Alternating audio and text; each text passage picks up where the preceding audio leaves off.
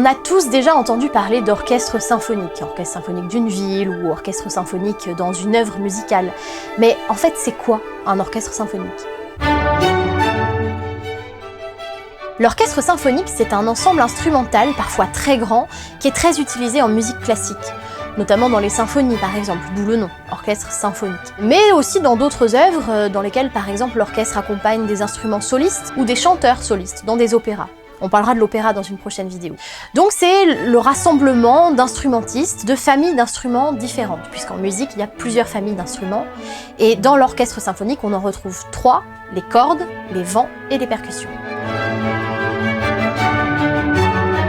Dans la famille des cordes, on retrouve des instruments à cordes frottées, donc des instruments qui ont des cordes qu'on met en vibration grâce à un archet formé de crins de cheval.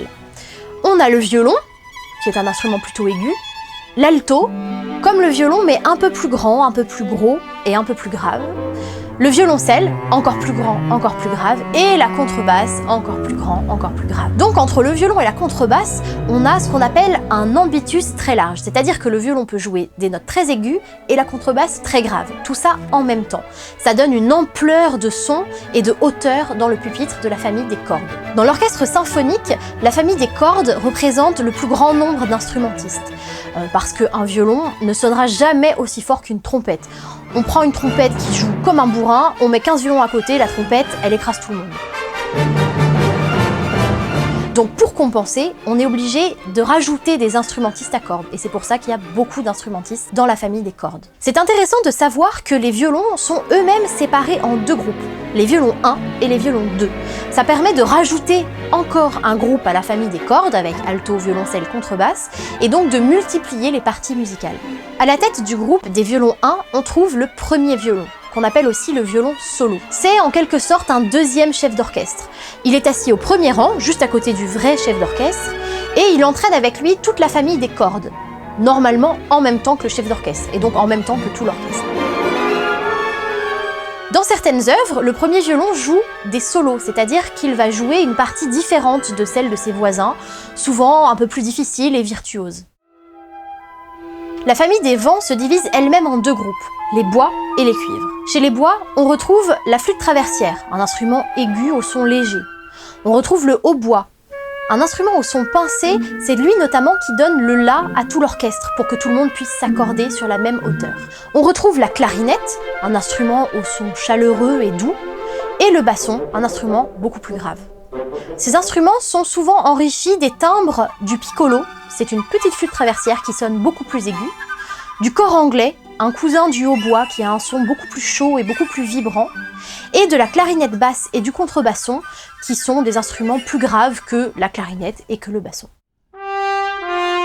La famille des cuivres se compose des trompettes, des trombones, des cors et du tuba. Ce sont des instruments puissants qui sonnent vraiment fort. Alors ils n'ont pas toujours été présents dans l'orchestre. Au XVIIe ou au XVIIIe siècle, par exemple, on pouvait trouver une trompette ou un cor, mais au fil du temps, le groupe des cuivres se développe jusqu'à former un ensemble d'une vingtaine d'instrumentistes capables clairement de couvrir tout l'orchestre.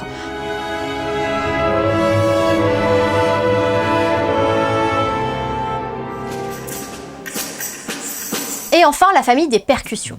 Tout au fond de l'orchestre, c'est lui aussi un groupe qui est capable de faire beaucoup de bruit et de mettre le bazar dans l'orchestre. Alors on peut trouver seulement 2 instruments, 2 timbales par exemple, chez Mozart ou Haydn, mais le pupitre de percussion peut rassembler des instruments aussi bizarres les uns que les autres. Grosse caisse, triangle, cymbale, castagnette qui évoque la musique espagnole, la caisse claire issue de la musique militaire, et même parfois des instruments très insolites, un fouet, un marteau, des sifflets et même des tasers.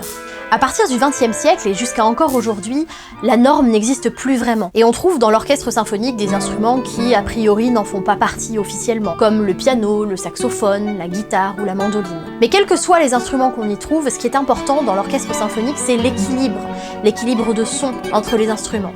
Et c'est là tout le travail du compositeur, qui doit être aussi un bon orchestrateur. C'est-à-dire qu'il doit être capable de faire jouer les instruments pour qu'on puisse tous les entendre malgré les différences de volume sonore. Et le compositeur peut aussi jouer sur les modes de jeu, c'est-à-dire différentes manières de jouer un instrument et de le faire sonner. C'est ce qui constitue toute la richesse de sonorité de l'orchestre symphonique. Merci d'avoir regardé cette vidéo. Si ça vous a plu et que vous voulez en savoir plus sur la musique classique et sur ses coulisses, abonnez-vous.